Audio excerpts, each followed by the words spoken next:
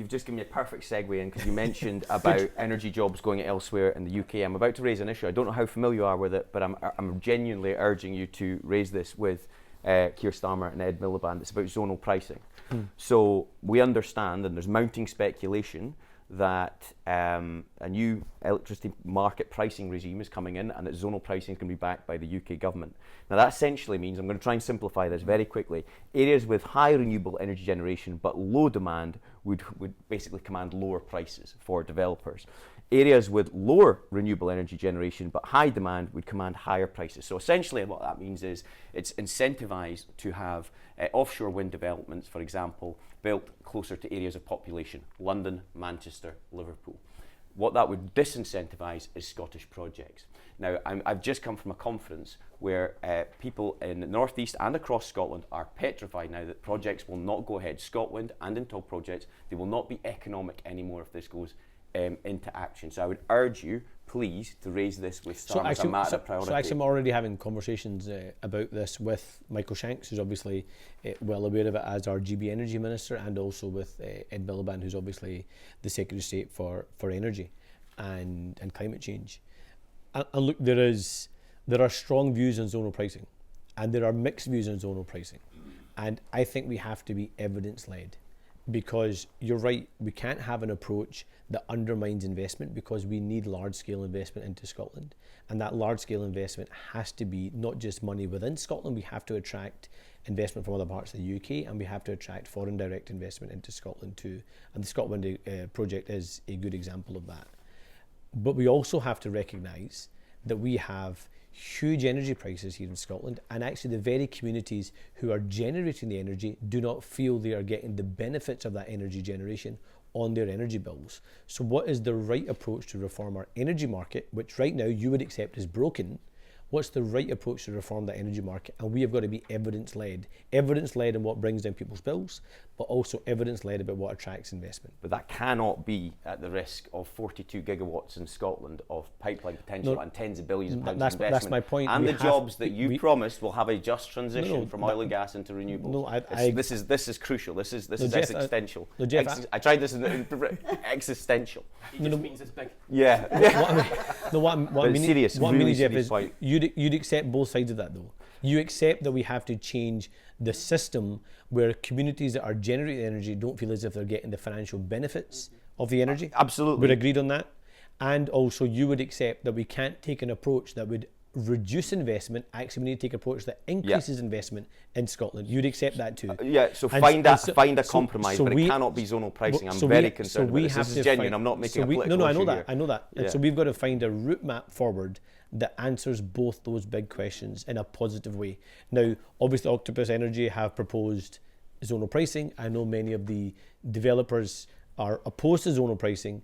So if we are saying that the developer's proposition of no reform, or some developers do want reform, it'd be unfair to say they all don't want no reform, is if we accept no reform is not an option, and if there's an acceptance that what's been proposed through the current model of zonal pricing is not the right answer, then working with industry, what is the right answer? Correct. Because we have to bring down people's bills and we have to attract investment.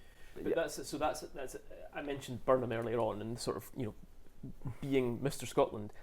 Energy is a perfect example, and with Michael Shanks and the job that he's in, so we know, because we've just discussed it, and you know that there is this issue between developers being put off by zonal pricing, but the fact that in remote and rural areas a lot of locals just don't think there's anything in it for them to look out their window and see a turbine, because they think they get no benefit and their bills are the highest in the country.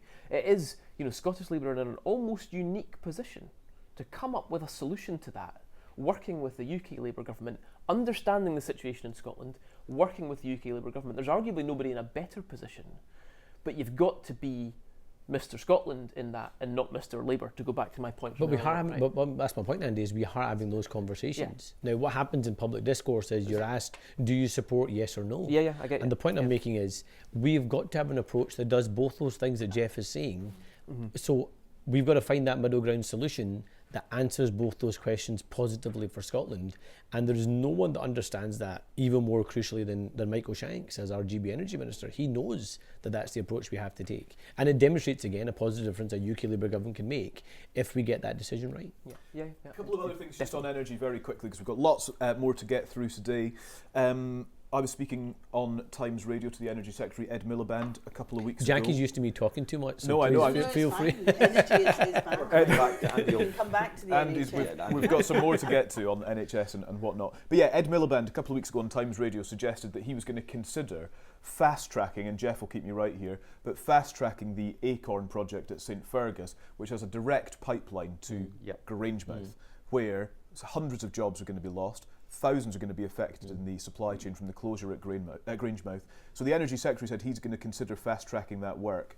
Presumably you want to see it fast-tracked to save those jobs. Look, I talk regularly to the Energy Secretary, the Chancellor, the Prime Minister, the Secretary of State for Scotland and the Business Secretary about Acorn, about Grangemouth and around wider energy strategy as well as inward investment, because it's really, really important we get this right.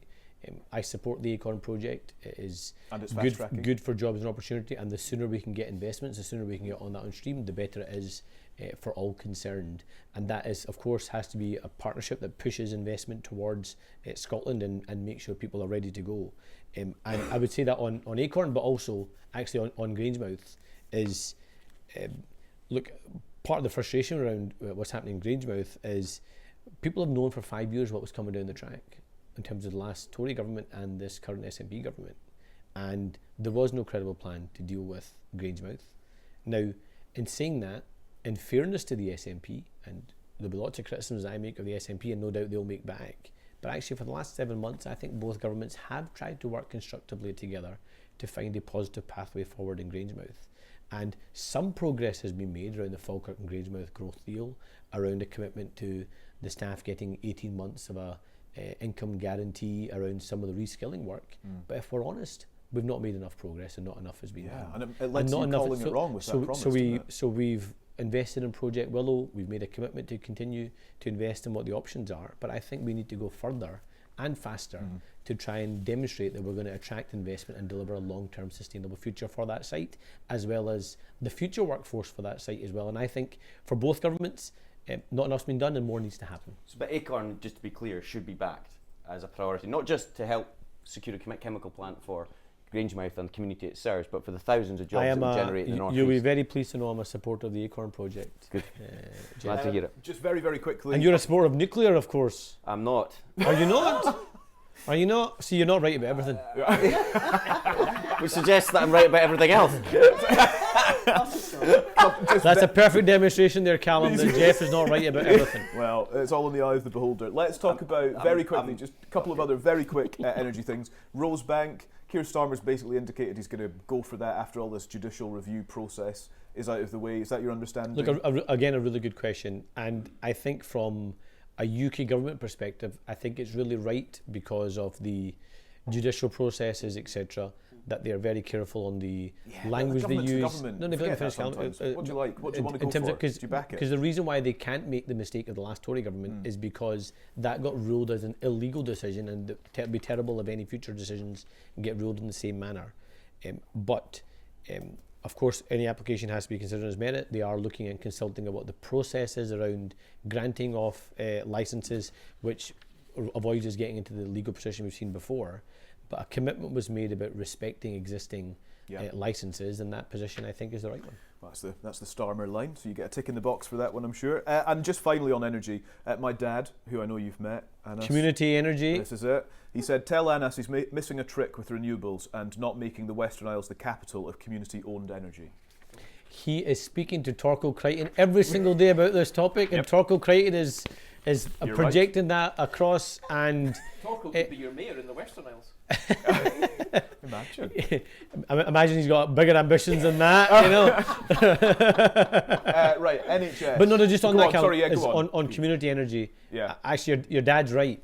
And it's worth noting that how do we get? He does, and he does a For- great on job. And behalf of actually, I've communities actually met and him in the Western Isles to campaigning. discuss it, and we then had great fun at your expense I'm when I sure. realised he was your father. He's clearly more able than you There's, are. there's no No, doubt he's doing about it. something. No, but he agrees.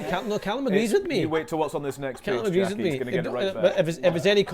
if it's any consolation, Callum, my dad thinks he's better than me too, so it's fine, right? So don't worry about it. So don't worry about it, right? So don't worry about it. But genuinely, it's a demonstration actually, because for all it's right we champion the Northeast around the energy Absolutely. future, and oil and gas has got a significant role played for decades to come, and it's right that we think about the Northeast in terms of renewable opportunity. I think quite often we think as a society that renewables opportunities is somehow only for the Northeast. Yeah. Actually, there are communities, even urban communities, that are huge beneficiaries of if we get this right. And the challenge we have is we have got to win the argument and the investment based on the economic opportunity, not the climate argument. Because to be honest, and this might sound flippant, we don't win the argument or get the investment by giving the tree hugging argument. We do it by making the economic argument. If we do it by people making sacrifices rather than people's opportunities, we lose it and we lose the investment. And that would be the wrong approach for us to And take. we've gone way too far in the wrong direction here. on that one. Absolutely for years. agree with you. Yeah, Here. true.